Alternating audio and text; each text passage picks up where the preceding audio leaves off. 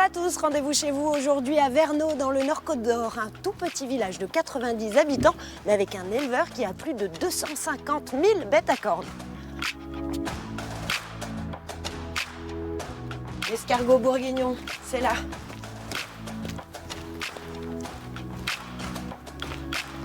Bonjour.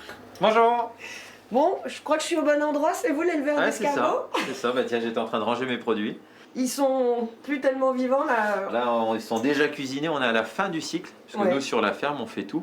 On fait l'élevage, donc on commence avec la reproduction au printemps, l'élevage tout l'été, et puis là, à l'automne, on est plutôt sur la partie reproduction pour ensuite les cuisiner et les proposer tout prêts pour les fêtes.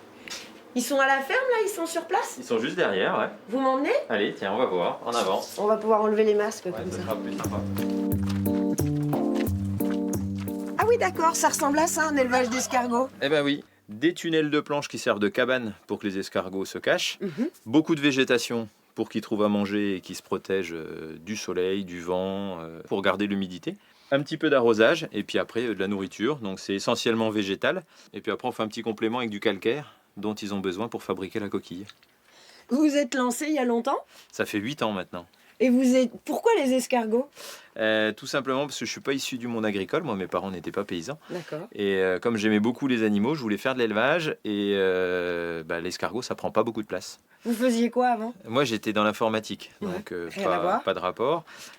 C'était pour aller vers des choses qui me semblaient plus essentielles, plus terre à terre, faire quelque chose aussi avec mes mains.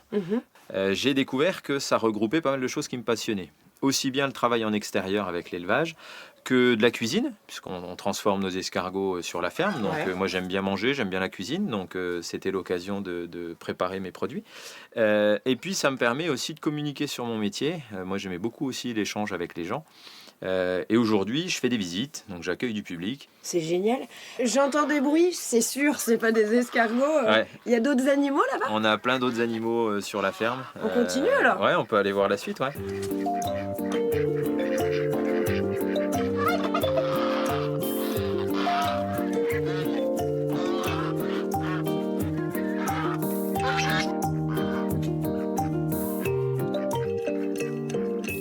Une fois qu'on a ramassé les escargots, il va nous rester des coquilles d'escargots qui sont morts pendant la saison, il peut nous rester des insectes qui peuvent être des prédateurs, des limaces qui squattent et qui mangent ce qu'on donne à manger aux escargots. Et donc les volailles sont là pour éliminer tout ça pendant l'hiver, une fois qu'on a fini l'élevage.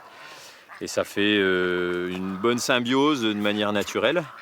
Et à cette époque-ci de l'année, comme on n'a pas fini de ramasser les escargots, elles entretiennent le verger.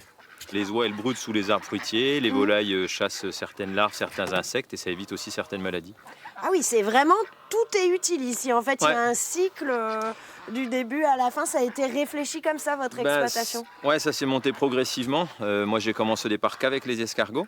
Et puis, progressivement, on s'est mis à mettre des arbres fruitiers pour les protéger du vent, garder l'humidité. Du coup, il fallait entretenir en dessous, donc on a mis des moutons.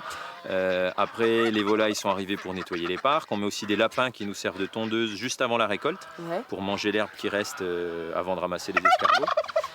Et tout ça, c'est une symbiose, mais comme ça existe dans la nature, alors on n'a pas du tout la prétention d'être aussi fort qu'elle, parce qu'il y a vraiment des interactions très importantes qui se font dans les écosystèmes. Mais on essaye un petit peu de reconstruire ça et de ne pas partir sur de la monoproduction. C'est pour ça qu'on fait du végétal, de l'animal, et qu'on essaye de trouver des interactions entre les deux. Vous me montrez les fruitiers?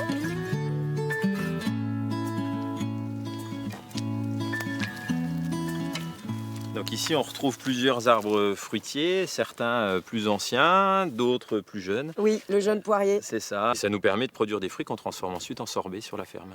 Ah, sorbet, carrément. Ouais. Du coup, avec toutes ces différentes productions, il faut être nombreux. On est 3. Moi, je travaille avec ma femme et puis avec ma sœur qui vient de nous rejoindre sur la ferme. Et on a un peu chacun nos spécialités. Moi, j'ai fait une formation agricole spécialisée dans l'escargot. Ma femme, c'était plutôt sur l'arboriculture et la transformation des fruits. Et puis ma sœur, là, elle nous rejoint sur tout ce qui est élevage ovin, les moutons, la fromagerie et la production de champignons. L'idée, c'est de ne pas mettre tous ses œufs dans le même panier, c'est ça un peu? Ouais, on voit avec les changements climatiques, avec les changements de consommation, avec tout ce qui nous tombe tous les ans un peu sur le dos. On préfère miser sur plein de productions différentes. Et puis on voit aussi qu'en termes de demande de la clientèle, le fait d'avoir des choses qui sont pas traitées, avec des recettes très simples, où on travaille justement de manière très cohérente et très naturelle, les gens sont demandeurs de ça, puis nous aussi. Hein. Bon bah c'est pas moi qui vais remettre ça en question, on va à la boutique maintenant parce que entre les escargots et les sorbets, moi j'ai tout ce qu'il faut. Allez, salut.